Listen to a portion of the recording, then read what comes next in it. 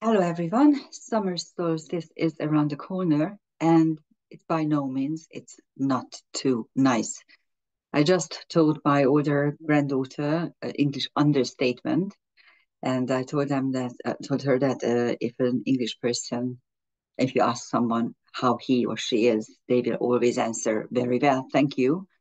And if you are actually dying, then you might say, not too well. Now, well, this is exactly what I can tell you about the summer solstice energy pattern. My glasses are really dirty. I don't know what I have done with them. But anyhow, let's take a look at the London chart. It will be exact on June 21st at 4:42 a.m. London time. And since we have a mutable ascendant, this particular chart will be valid for half a year. This is the traditional interpretation of a mutable ascendant. And there are some very strong conjunctions.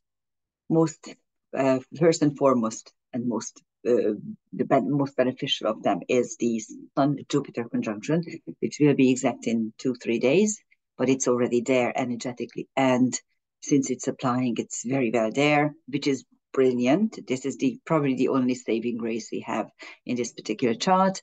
But it is squared by the Saturn Neptune conjunction. And as you know, Saturn and Neptune are conjoined in every 43, 45 years. And whenever this happens, we call this the architect aspect. And it's usually something in the world that we want to create, want to bring to completion, want to build. And in Aries, and actually at the 0 degrees Aries, the equinox point, it really means that I'm not we, but the surrounding energy and the powers that we want to trigger a full-blown hot war here in Europe, and they do everything in their power to ensure it. The reason is very simple. The European Union and its leaders, for the last 10 years, made all the wrong choices. Always, they never tried to do something for the people in Europe. They had agendas. They were paid people, paid by the financial institutions and big shot names like Bill Gates. And they had agendas, and they simply pushed it through and pushed it down on our throats.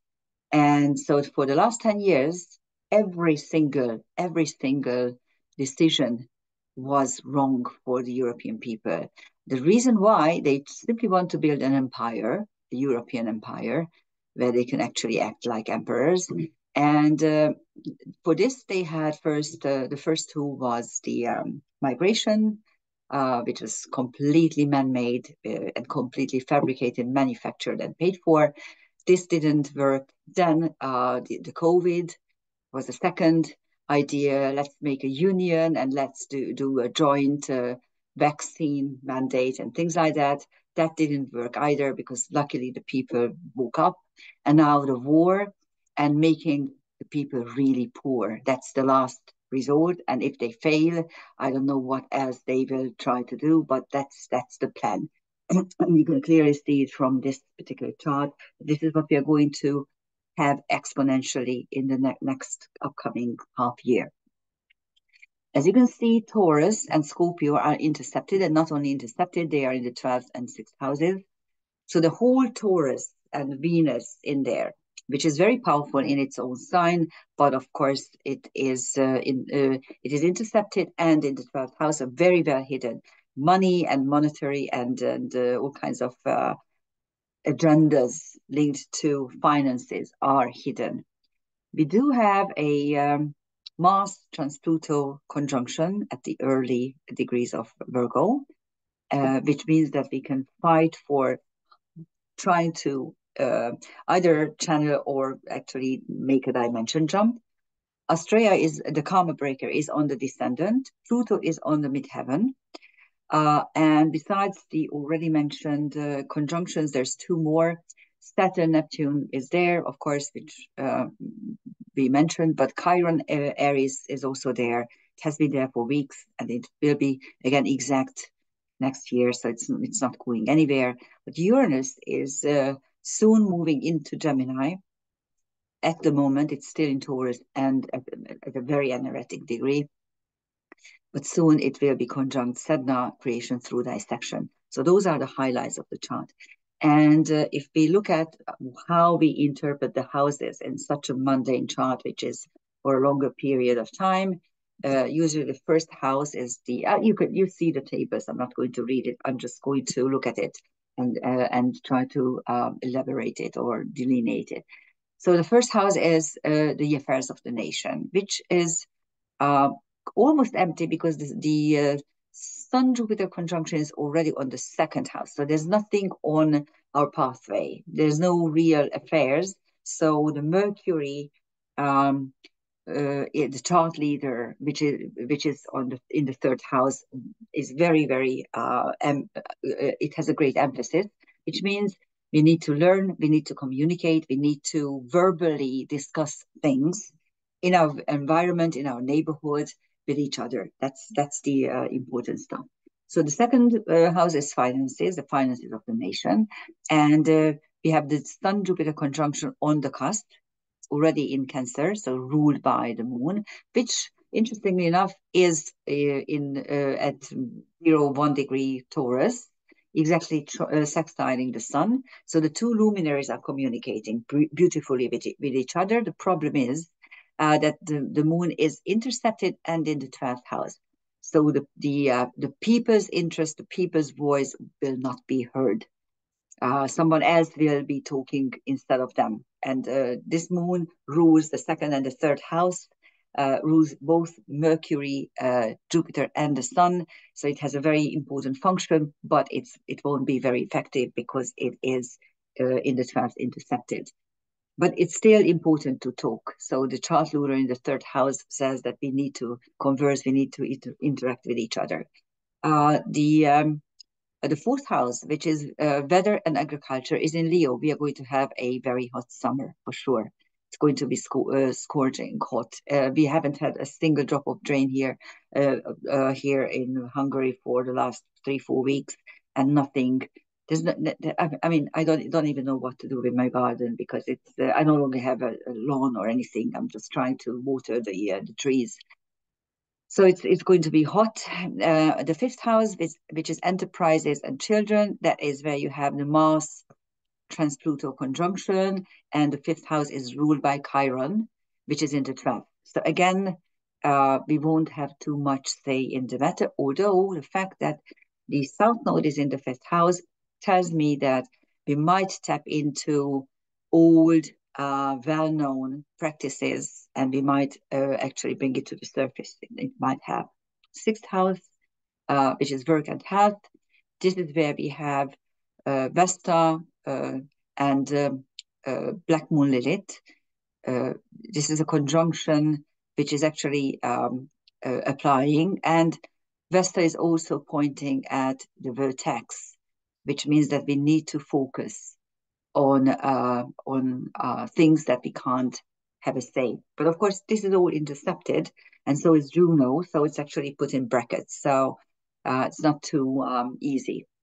And on the seventh house cup, you have Astrea, the karma breaker and destiny changer, which is exactly conjunct the descendant. And the seventh house means open enemies. And this particular house is ruled by Jupiter. So the war will continue, although the people really don't want it. The eighth house, which is taxes and debt, is ruled by Saturn. So the Saturn Neptune conjunction in the 11th is going to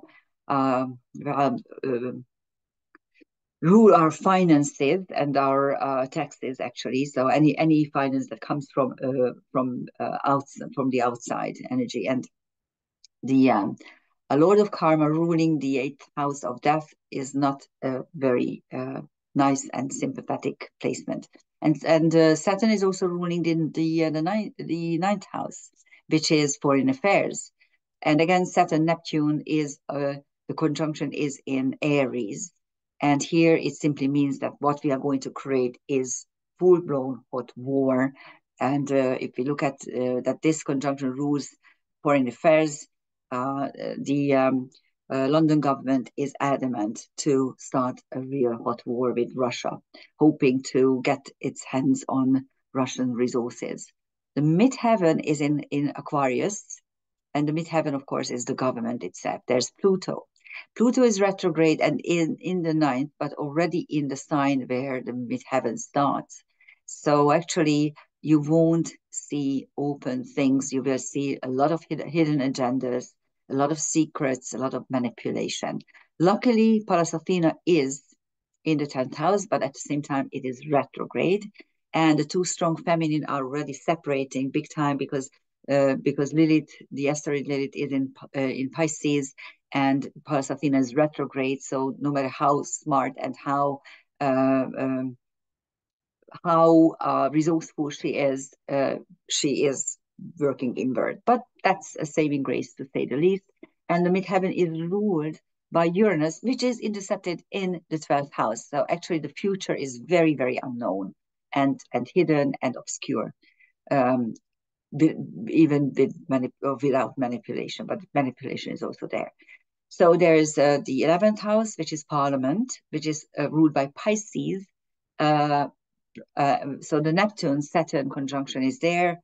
So Parliament will decide what to do with this war. Hopefully, they will be honest enough and smart enough not to enter the war. But we have the North Node here as well. So whatever Parliament does will affect long-term destinies, at least for half a year for sure. And and we have the Sarah is also in the 11th house. So homeland, the family, and nurturing issues, and also food will be important, and will have to be not decided, but actually debated by Parliament.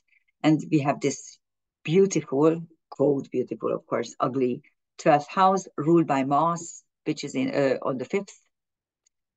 So the House of Enterprises, and Mars, of course, is ruled by Chiron, and so there is this mutual reception between Chiron and Mars at the moment, and Chiron Aries conjunction is this year's main karmic astrological aspect. Drastically altered outward circumstances are bringing up karmic wounds around fire, fightings, wars, aggression, violence, and the like. And the fact that the moon is in Taurus would be brilliant because the moon is very strong in Taurus, and the sextile to the sun and Jupiter, the applying sextile to Jupiter is also brilliant. But it's intercepted in the 12th house, and so is the energy ruler Venus and Uranus as well. So these things are all stowed, and no one cares for the people. That only means that the government will definitely not look after the people. So that's the London chart. Not very nice, as I told you. Not very happy and not very future oriented. Let's put it this way. The future is really dark.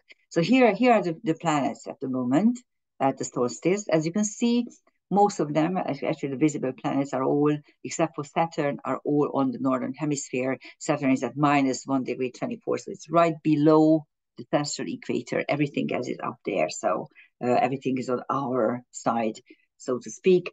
If you take a look at the how they travel, the sun, of course, is very, very slow at the moment. The moon is quite fast, so we can learn from old knowledge and we can actually apply it for today. That's nice. So is Mercury. It is 1.5 times faster than average. So actually, how we can learn from things and how we can learn new things is also there. Mars is just its usual self, so is Venus. So the saving grace is Venus, is the Moon and Mercury, because they are faster than average. Here are the sun midpoint tree structures. As you can see, there are 5 midpoints, all of which are direct. So they are all actually applying to how the sun works. And I always teach, whenever I teach midpoints, that the best way to interpret midpoint trees is to use the imperative. This is what you should do. This is do this, do that. And brilliant because Chiron and trans-Pluto are at the midpoint. The sun is at the midpoint of Chiron and trans-Pluto. So actually, you can overcome your wounds by actually going one level up higher or channeling information.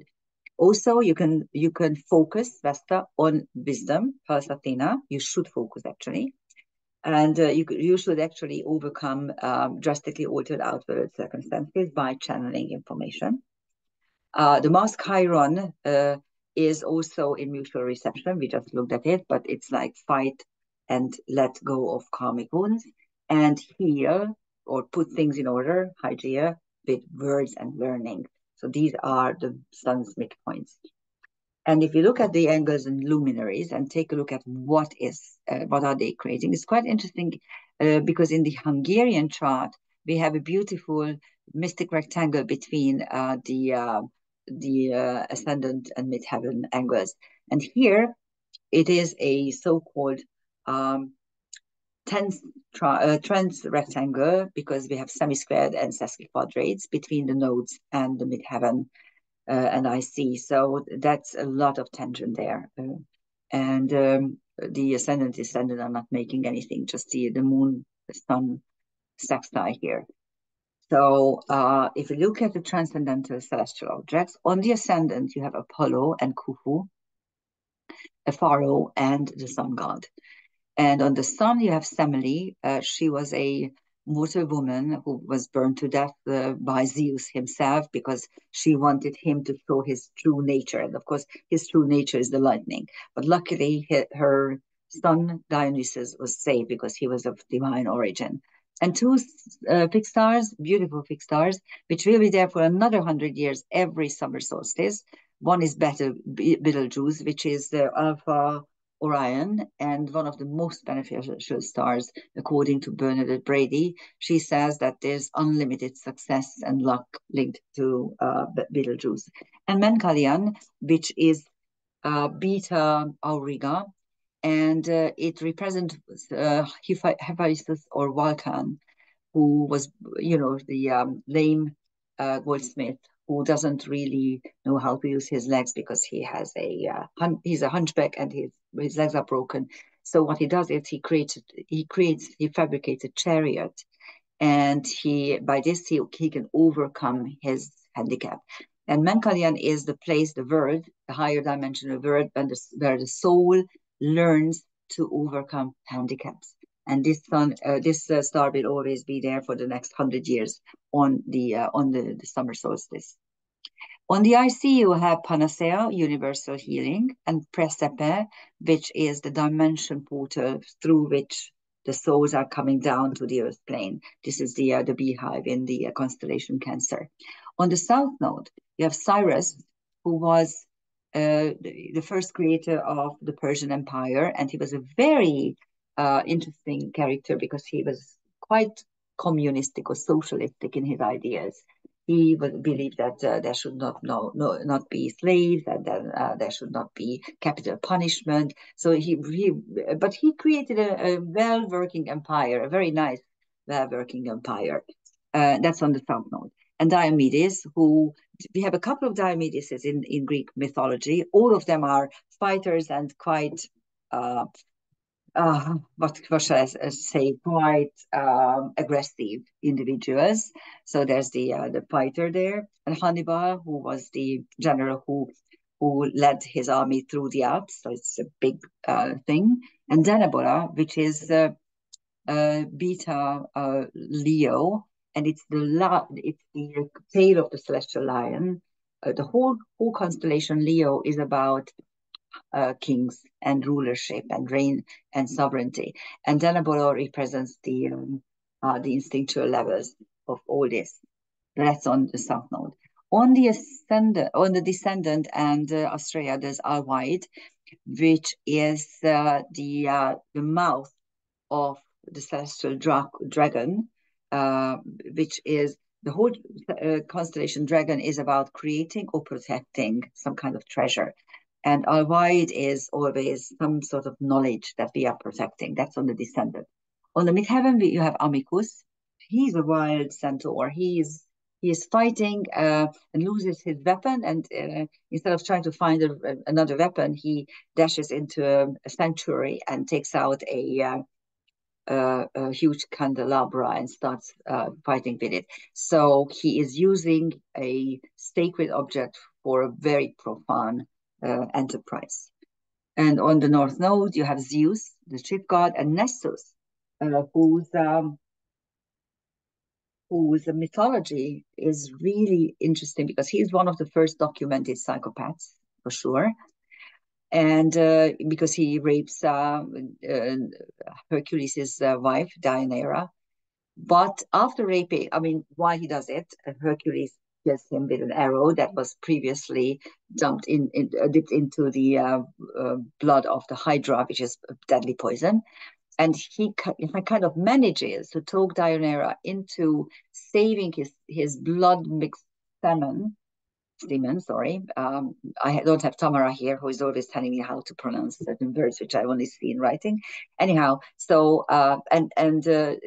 because that is like a love potion, and of course she does it to talk about Stockholm syndrome, and as a result, Hercules is burning to death because she uses it on a homespun something that he puts on. And it's interesting because he's dying of agony, but of course he can't die because he is a demigod. But Hera, the arch enemy, kind of saves him, puts him up on Mount Olympus and restores him. So actually you have black magic, because the best potion for black magic is blood and semen, the mixture of blood and semen. You have a deadly poison, but it becomes a redeeming energy. So it's a very interesting mixture of all kinds of things. And you have black magic there and all kinds of other stuff as well, and redemption for sure. So that's on the north node. This is what we need to apply for the next 6 months. And on the moon, we have two beautiful fixed stars, Mirach, which is Alpha Andromeda, feminine power, and Arisha, which is the knot star, the knot between the two. In Pisces, you have two fish. One is trying to go back to the ecliptic, to the wheel of karma, and the other one is trying to go out of it, and they are actually tied with a knot. And so it's what kind of decisions we are going to make. It's decision-making energies. So those are the angles and luminaries with their transcendental celestial objects. And here's a complete planetary picture. If we only take the ones around 0 to 2 degree. I did include Pluto already, although it is slightly over at it, but it is retrograding. So I figured we might actually include it. And we have a lot of structures here. First of all, we have a mutable T-square between Mars, Uranus, Saturn, and Lilith. And Uranus and Saturn are at the apex. So the Mars Lilith opposition has been there for quite a while, and they kind of travel together. So the two fighting energies, actually Mars, I always say that Lilith is the true free spirit fight. Let's put it this way, because Mars is also aggression. So when I look for an archetype that is fighting an open cause and with things that are very, very honest, that is always Lilith. And now they are, of course, opposite each other. And at the C-space, now creation through dissection, which will be kind of boosted up by Uranus very soon. There's also a finger of fate, including the Sun-Jupiter conjunction, Mars, and Pluto is at its apex. And there's also a boomerang between Pluto, Mars, and Saturn, Neptune. Right there, and of course the Lilith opposition. So those are the heavy karmic issues there. And there are two engines. There's a fixed Earth engine, Moon, Mars, Pluto. There's a fixed square between the Moon and Pluto. Not very nice for the people in England and in everywhere else for the next 6 months. We will be disregarded completely, especially in England where the Moon is in the 12th, intercepted. You can imagine. And there's also a mutable air engine. You might remember that engines are composed by three very different aspects. square, a trine, and the quincunx. And they join in a very effective energy pattern because that you have the drive of the square, the karmic issues of the which need to be resolved of the quincunx, and the blessing of the trine. So engines are really very powerful. And the mutable air engine is made by Mars, Sedna, Uranus, and Pluto. And here you have the square between Mars and Sedna, actually, and Uranus is coming up to them as well. And when Uranus is making the square, actually, it was making the square. Mars was making a square to Uranus a couple of maybe 2 weeks ago. I may have to. I know I made something on it in Hungarian. I didn't really have time. I mean, it's really ridiculous. May and June are always really full months because we have exams to give, and we have 9 different groups, and it's a ton of things to read and to correct and then to listen to what they say. It's really, really, really very tough at the moment. And of course, you have little engines as well where the little engines are made up by a square, quincunx, and the sextile instead of a trine. So you don't have the blessing, but you do have the potentials. It's really the same participants. Here are the transcendental objects. On the sun, you have I already said what the sun and the moon are, so we are not going to look at that. On Mars, you have armor, which is the the little angel who is shooting arrows, okay, and making you fall in love.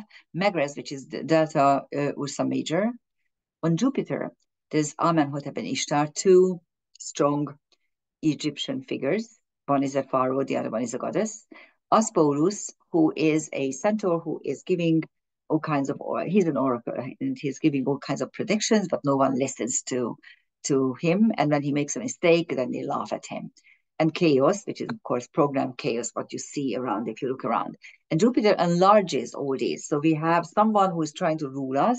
There's the goddess energy, which may help, and we will see chaos for half a year for sure, and large chaos. And at the same time, those who are trying to be whistleblowers will be disregarded or ridiculed, unfortunately. On Saturn, Neptune, you have Tristan, a knight in shining armor, and Fantasia, fantasy. And Borastisi, who is the tyrant, and then Akaitos, which is Beta Cetus, the star of the celestial veil, and it is in a portion of the ecliptic where you don't have bright stars from the neighboring constellations Aries and Taurus. So the celestial veil is overtaking it, and it represents the ideas that are resurfacing from your subconscious. And then Uranus Sedna, you have Tyr, the war god, and the Pleiades, which is the home of the creator goddess, which is quite nice. So we have the fighting, but at the same time, we might actually have a redeeming energy as well. And on Pluto, you have Medea, and Medea is not a very nice character. It's actually the worst because she's killing her own children to punish her husband who is unfaithful to her. It's a really horrible story. Okay, here are the that was it. Sorry. And there are further transcendental objects. When there's this any solstice or equinox chart, I always look at anything that is at 0 to 1 degree, and we have quite a few ones. In Leo, you have Shiva, who with W is not the destroyer of the Trimurti. It is actually a Slavonic love goddess. In Virgo, you have Asclepius and Atropos. Interestingly, Asclepius is the healer, and Atropos is the cutter of life, of the 3 fates. And if you look at the news, 2 things are prominent. One is the COVID. Another COVID strain is coming from China again, and the war story. That there's a full-blown hot war between Iran and Israel now, and of course between Russia and the Ukraine as well. So you have this war energy, this horrible fighting energy, and the medical threat as well. I don't know. It's not very nice to say the least. And although Asclepius and Atropos are sextiling the sun, so that's a relief in a way.